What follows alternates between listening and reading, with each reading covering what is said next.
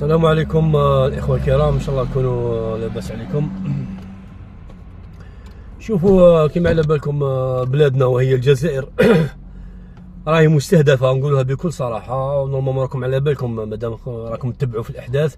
مستهدفة، ما نقولوش من أوروبا، من أمريكا ومن اليهود، هذه باينة شرع الله، ما باينة ماشي من اليوم، لكن اليوم في الآونة الأخيرة ولات مستهدفة من دول عربية مشرقية بصفة يعني خاصة، والجارة تاع السوء هذه ما نتكلموش عليها، باينة ثاني الأهداف تاعها. جاونا بكاع الطرق الدول العربية هذو، ماشي كامل يعني، كاين قلة اللي خاطيهم نقولوا بكل صراحة، لكن بزاف دول اللي عربية اللي ماذا بهم يعني بلادنا يشوفوها يعني ممزقة مهانة، في ذل، في حرب، في دم، من تحت رجليهم، نكونوا واضحين، من تحت رجليهم. علاش؟ يعني في كاين بزاف اسباب، لكن على العموم السبب هو اننا احنا لي زالجيريان بصفه عامه الجزائريين والدوله تاعنا ما تمشيش مع الاراء تاعهم، باسكو هما لا روماركيتو يحبوا بزاف الانبطاح، الذل، الهوان. الجزائر ما تمشي لهمش في هذا الخط، ما تساعدهمش، حبوا يكسرونا باي طرق، سي نورمال. الطرق القويه ما يقدروناش، على بالهم بلي اقوى منهم.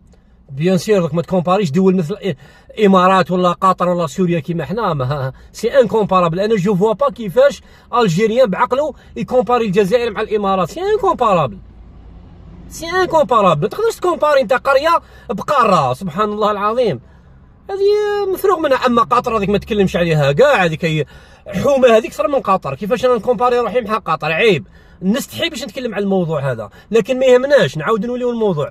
واش من الطرق اليهوديه اللي هم يستعملوا سيكو يغويو الجاريات، نقولوا هذو شبه الجزائريات، باسكو ما يمثلوش الجزائر، باش يعني يغويوهم يروحوا يمارسوا الدعاره في الدول تاع المشرق، في الخليج بصفه عامه، في الامارات، في قطر، في تركيا ثاني، في مصر.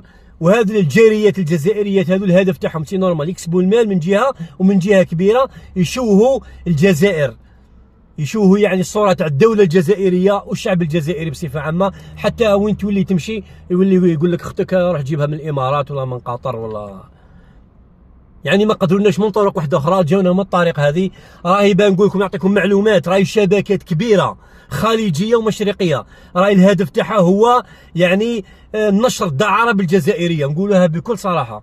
راهم يغويوهم يديهم للخليج على اساس خدمه، كي يوصلوا ثم يدخلوهم في الدعاره مباشره، يمارسوا عليهم الدعاره حتى يكرهوا، ومن بعد يزيدوا يرميوهم ثاني للاسيويين، اللي بنغال، الباكستانيين، الهنديين، يزيدوا يمارسوا عليهم الدعاره، يديروا معاهم زواج المتعه. راهم حتى جاتني اخبار باللي الجزائريات راهم بالحمل من البنغال، من البنغلاديشيين. يعني تصوروا يا ناس كيفاه الجزائريه يعني العفيفه الطاهره، يعني كيف نسميوها، ولا يركب فوقها حاشاكم واحد من بنغلاديش. يعني كنا ما تحب تحلم بها ما تكونش، اليوم هي ولات حقيقه. جزائريات راحوا منا على اساس باش يمارسوا الدعاره، كاين اللي حاطين حتى اللاعبين باللي يروحوا بالخدمه وزعما عندهم شهاده، كي يلحقوا ثم يعاودوا يدوروها دعاره، باسكو من جهه فيها دراهم، من جهه لقاو هذوك المشارقه يتربصوا بهم كوا، باسكو ما كاين مخطط صهيوني باش يوسخوا لنا بلادنا، باش يكسرونا. والبغلات الجاريات هذوك شغل تاع يشوفهم معاهم طماعات صادمين وخلاص. جاتني اخبار ان في قطر كاين بزاف راحوا لقطر جاريات هذو اللي يشبهوا روحهم جزائريات، ولاو يتقاسموا الغرف مع الاسيويين، مع هذو الهنوده، فلبين، بنغلاديش، ايرانيين ثاني. تتصور حاجه كيما هذه تصرى للجزائر ويمشيوا باسم الجزائر؟ وما اخفي اعظم، وما اخفي اعظم، خاصه في الامارات راهي عندها مخطط صهيوني باش تكسر الجزائر بشتى الطرق، بشتى الطرق.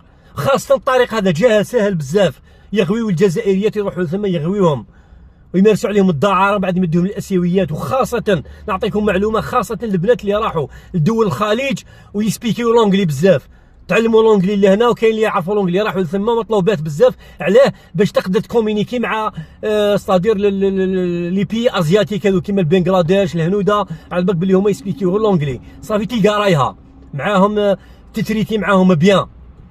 المهم انا نوضحوا في الامور. حنا ما نستكتين باذن الله. حنا بلادنا باذن الرحمن الرحيم كيما راحوا الشهداء دافعوا عليها، حنا رانا هنايا ما كاش مشكله.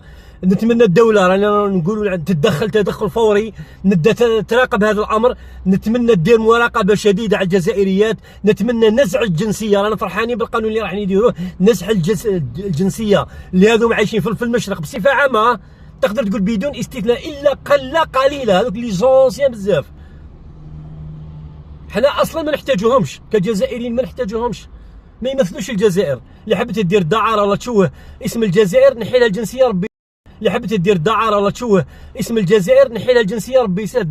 ديري حبيتي تنطحري. هذه هي. وكاينه نقطه اخيره نتكلم عليها بسرعه، مانيش حاب نطول عليكم.